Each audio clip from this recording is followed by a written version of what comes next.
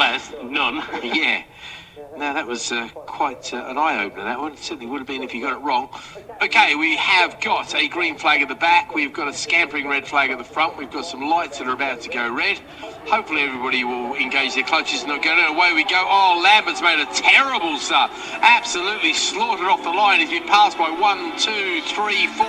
Not just by a little bit either. They've driven straight past him. So Greg Lambert, I'm not sure what happened, whether he was in second gear or something, and I'm not being facetious there. He really was a terrible start for Greg, and that's a man who definitely knows how to get a sidecar off a line. So you're not going to see Greg Lambert leading when they come to you there, mate. No, we've got the number 14 there of Burns and Winfield ahead of the number 52, I believe it was, of Jim Noble and Abby Cager. There's the number 13, and that is Harry Payne and Kevin Russo. So Harry Payne and Kevin Russo are out there on that two-stroke outfit. We can hear them from a mile up. I believe that they may be the only two-stroke within this race. So if you hear the two-stroke, then you're looking at the reigning world champion of number 13, Harry Payne and Kevin Russo.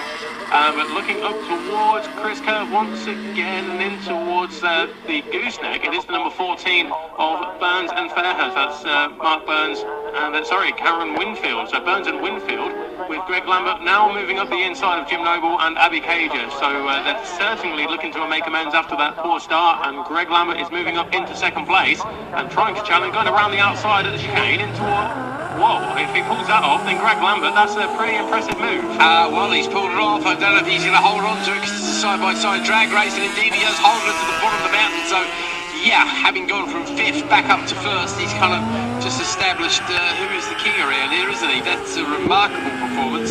He was about 0.4 of a second quicker than Burns and Winfield in qualifying, and a couple of seconds quicker than Noble and Cager. But nonetheless, that was a remarkable performance from Greg Lambert. Yeah, go from first to fifth, back up to first in the space of roughly half a lap. Yeah, we'll take that any time. Going to wait for Greg to come out. These pink bits well out in front there as he comes across the line, tucked in tight. There's Robin King, I think, in the chair with him this time. Burns and Winfield come across the line.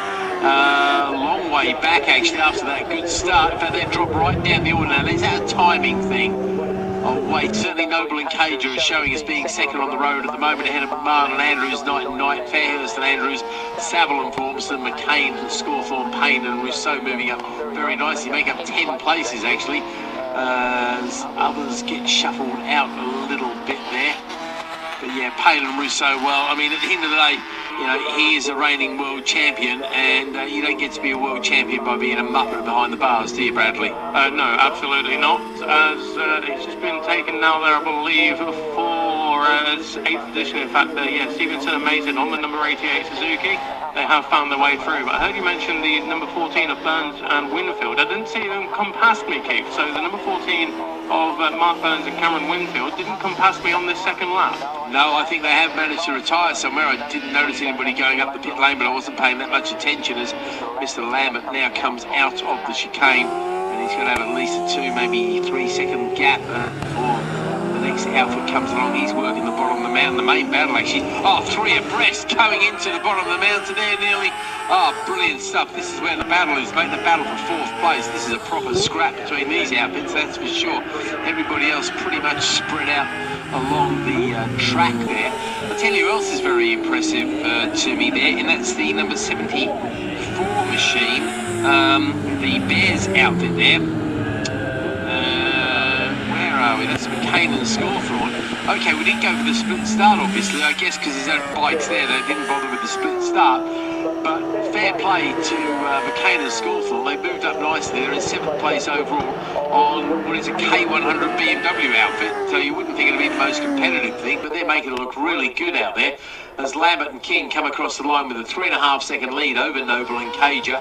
Knight and Knight up next. McMahon and Andrews dropped a couple of places that time round. Looks like everybody else inside the top 10 has stayed exactly where they are. But yeah, Lambert and King definitely the class of the field, aren't they, Bradley? Yeah, you're absolutely right there. They've got a 3.5 second advantage ahead of Jim Noble and Abby Cager. And then it is the Knight and Knight pairing there with Fairhurst and Andrews not too far adrift. In fact, the number 9 of Gary Fairhurst and Billy Andrews did go 3 seconds quicker on that previous lap. compared to that of the 32 of Jeff and Sam Knight. So we're looking up towards Mansfield, the gooseneck now, and it is the number 69 of Greg Lambert and Robin King who are making their way down and towards Mansfield now. There is Jim Noble and Abby Cager, the all-black number 52, and then the number 9 is up next of Gary Fairhurst and Billy Andrews, and that is the Kawasaki ZX9 powered outfit. So you don't see too many outfits powered by ZX9, but that is the one in the back of the Fairhurst Andrews machine. And they're doing a good job now up into third position, and of course they are first in the F1s as well.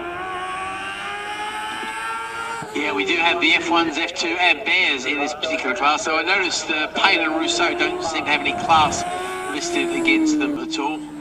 I guess they're probably not scoring points really. You know, we do have a question mark over whether British runners get to score points in the BAMs. If you're a world champion, I'm sure you should be allowed to score points in too many things on the World Championship. And really good to see the quality of the field that we have here this weekend. It really is. Lambert and King over the line with none of the fastest lap, 49.321 this time. Noble and Cager now 6.5 seconds behind them. Fairhurst and Andrews move up past the Knight and Knight outfit. In fact, they lost quite a bit of time on that lap, losing about 5 seconds on their couple of seconds on their previous best. I'm not sure what's happened there. But Martin Andrews, Saville and Formston.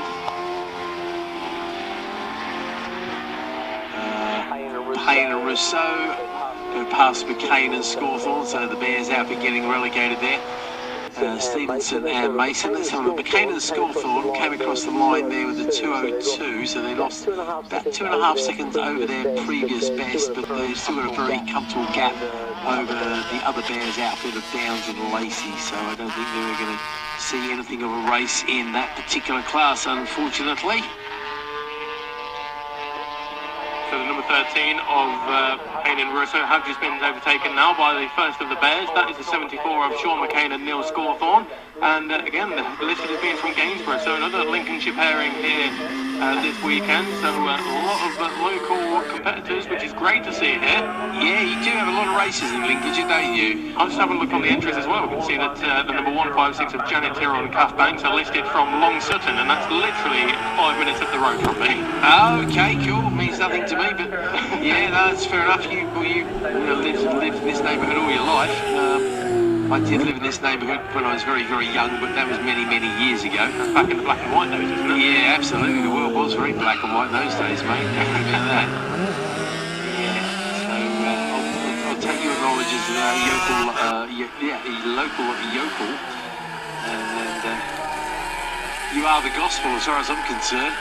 Right, Lambert and King come across the line, and this time they don't set a new fastest lap. I'll tell you who does, though, Fairhurst and Andrews. All of a sudden they found some speed because they come across the line with a 47.393, which is about a second and a third quicker than Lambert and King. So all of a sudden they've really cranked it up. Maybe they found an extra gear or something, or an extra, no, but they came across the line just 0.2 of a second behind Noble and Cager. The only problem is Noble and Cager are F2 outfits, and Fairhurst and Andrews are safely in the lead in the F1s. Lambert and King, of course, lead the F2s there. Kane and Scawthorne over the line. They got into a battle with Stevenson and Mason there. Payne and Rousseau lose a couple of places that time round. For some reason, Harry's got about 6 seconds slower than his previous best, so maybe a bit of an issue there for the machine. Wait and see if he makes it to the end of the race there. Burns and Winfield, the only retirement so far in this race. Hopefully it'll remain that way, and we'll see everybody safely back. A few people setting PBs as well on the first half of this lap. All good to see. PB lap there for Downs and Lacey on the Bears machine. Need to find a bit of time if they're going to be challenging for that race win, I'm afraid, because leaders in that class are about 10 seconds a lap quicker than them, so a little bit of time to find.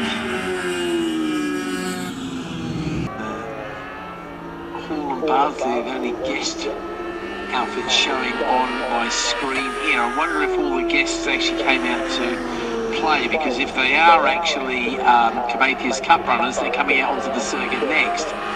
So obviously Quirk and Reeves are not there. And they, of course, are serious contenders in the next race. Yeah, Jones and Field are out there in Hall and Bardsley. So yeah, the G's do seem to line up nicely. So it's mainly Quirk and Reason lost, but obviously they're trying to battle in the actual championship for the Prometheus Cup. It's a scalp they would love to be able to claim.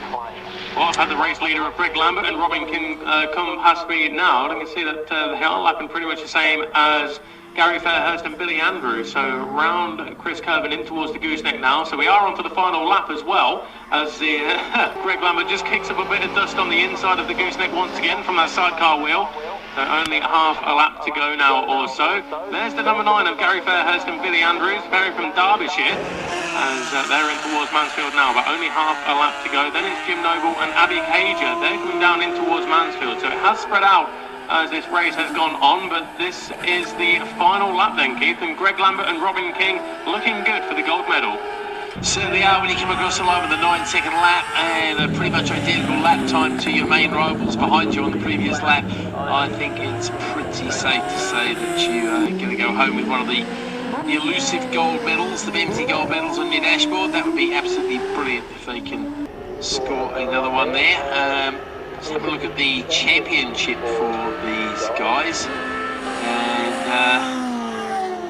trying to see who's doing the business as far as that class battle goes. And yeah, it's Greg Lambert who leads the way in the F1 class, it says here, but he's on an F2 outfit here, I'm not sure.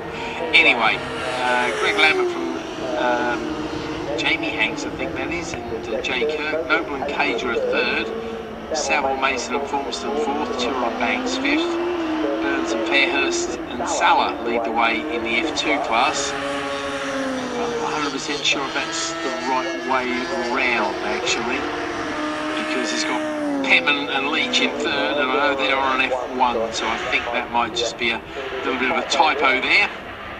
But Greg Lambert adding another 25 points to his championship challenge. So looking very good to him for him, particularly as Hanks and Kirk don't seem to be here this weekend, unfortunately. So over the line they go then, all the placings.